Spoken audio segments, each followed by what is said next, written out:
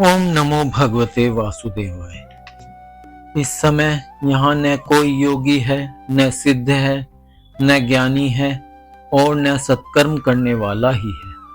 सारे साधन इस समय कली रूप दावानल से जलकर भस्म हो गए हैं। इस कलयुग में सभी देशवासी बाजारों में अन्न बेचने लगे हैं। ब्राह्मण लोग पैसा लेकर वेद पढ़ाते हैं और स्त्रियां वेश्यावृत्ति से निर्वाह करने लगी हैं। इस तरह कलयुग के दोष देखता और पृथ्वी पर विचरता हुआ मैं यमुना जी के तट पर पहुंचा, जहां भगवान श्री कृष्ण की अनेकों लीलाएं हो चुकी हैं। मुनिवरों सुनिए, वहां मैंने एक बड़ा आश्चर्य देखा। वहां एक युवती स्त्री खिन्न मन से बैठी थी। उसके पास दो वृद्ध पुरुष अचेत अवस्था में पड़े जोर जोर से सांस ले रहे थे। वह तरुणी उनकी सेवा करती हुई कभी उन्हें चेत कराने का प्रयत्न करती और कभी उनके आगे रोने लगती थी। वह अपने शरीर के रक्षक परमात्मा को दसों दिशाओं में देख रही थी। उसके चारों ओर सैकड़ों स्त्रियां उसे पंखा झल रही थी और बार बार समझाती जाती थी। दूर से यह सब चरित्र देखकर मैं कुतूहलवश उसके पास चला गया। मुझे देखकर वह युवती खड़ी हो गई और बड़ी व्याकुल होकर कहने लगी। युवती ने कहा, अजी महात्मा जी, क्षण भर ठहर जाइए और मेरी चिंता को भी नष्ट कर दीजिए। आपका दर्शन तो संसार के सभी पापों को सर्वथा नष्ट कर देने वाला है। आपके वचनों से मेरे दुख की भी बहुत कुछ शांति हो जाएगी। मनुष्य का जब बड़ा भाग्य होता है तभी आपके दर्शन हुआ करते हैं। नारद जी कहते हैं, तब मैंने उस स्त्री से पूछा, देवी तुम कौन हो? ये दोनों पुरुष तुम्हारे क्या होते हैं और तुम्हारे पास ये कमल नयनी देवियां कौन हैं? तुम हमें विस्तार से अपने दुख का कारण बताओ। युवती ने कहा, मेरा नाम भक्ति है। ये ज्ञान और वैराग्य नामक मेरे पुत्र हैं।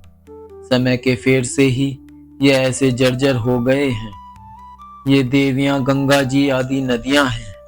ये सब मेरी सेवा करने के लिए ही आई हैं। इस प्रकार साक्षात देवियों के द्वारा सेवित होने पर भी मुझे सुख शांति नहीं है।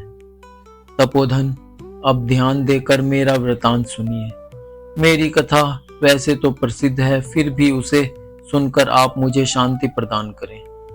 मैं द्रविड़ देश में उत्पन्न हुई, कर्नाटक में बढ़ी, कहीं कहीं महाराष्ट्र में सम्मानित हुई, किंतु गुजरात में मुझको बुढ़ापे ने आ घेरा। वहां घोर कलयुग के प्रभाव से पाखंडियों ने मुझे अंगभंग कर दिया। चिरकाल तक यह अवस्था रहने के कारण मैं अपने पुत्रों के साथ दुर्बल और निस्तेज हो गई।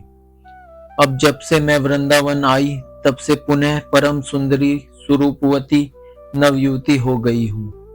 किंतु सामने पड़े हुए ये दोनों मेरे पुत्र थके मांदे दुखी हो रहे हैं। अब मैं यह स्थान छोड़कर अन्यत्र जाना चाहती हूँ। ये दोनों बूढ़े हो गए हैं, इसी दुख से मैं दुखी हूँ। मैं तरुणी क्यों और ये दोनों मेरे पुत्र बूढ़े क्यों? हम तीनों साथ साथ रहने वाले हैं, फिर यह विपरीतता क्यों? होना तो यह चाहिए कि माता बूढ़ी हो और पुत्र तरुण। इसी से मैं आश्चर्यचकित चित्त से अपनी इस अवस्था पर शोक करती रहती हूँ। आप परम बुद्धिमान एवं योग निधि हैं। इसका क्या कारण हो सकता है, बताइए। नारद जी ने कहा, साध्वी, मैं अपने हृदय में ज्ञान दृष्टि से तुम्हारे संपूर्ण दुख का कारण देखता हूँ। तुम्हें विषाद नहीं करना चाहिए। श्रीहरि तुम्हारा कल्याण करेंगे। सूत जी कहते हैं, मुनिवर, नारद जी ने एक क्षण में ही उसका कारण जानकर कहा।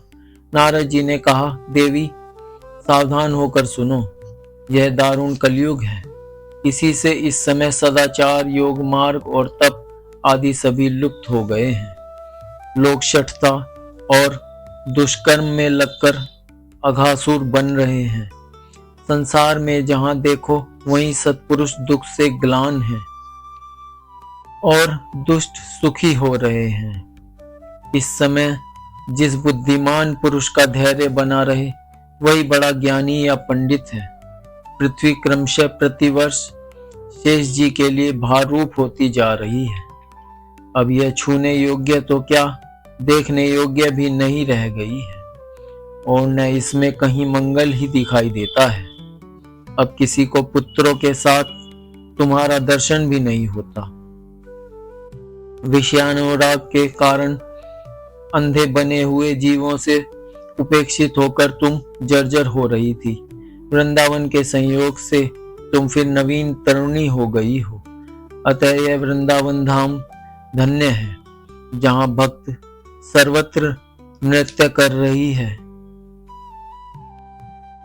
परंतु तुम्हारे इन दोनों पुत्रों का यहाँ कोई ग्राहक नहीं है, इसलिए इनका बुढ़ापा नहीं छूट रहा है। यहाँ इनको कुछ आत्मसुख, भगवत स्पर्श जनित आनंद की प्राप्ति होने के कारण ये सोते से जान पड़ते हैं। भक्ति ने कहा, राजा परीक्षित ने इस पापी कलयुग को क्यों रहने दिया? इसके आते ही सब वस्तुओं का सार न जाने कहाँ चला गया। करुणा में श्री हरि से भी यह अधर्म कैसे देखा जाता है? मुने, मेरा यह संदेह दूर कीजिए। आपके वचनों से मुझे बड़ी शांति मिलती है। नारद जी ने कहा, बाले, यदि तुमने पूछा है तो प्रेम से सुनो। कल्याणी, मैं तुम्हें सब बताऊंगा और तुम्हारा दुख दूर हो जाएगा।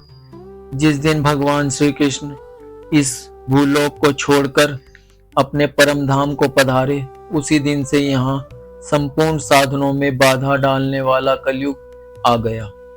दिग्विजय के समय राजा परीक्षित की दृष्टि पड़ने पर कलयुग दीन के समान उनकी शरण में आया।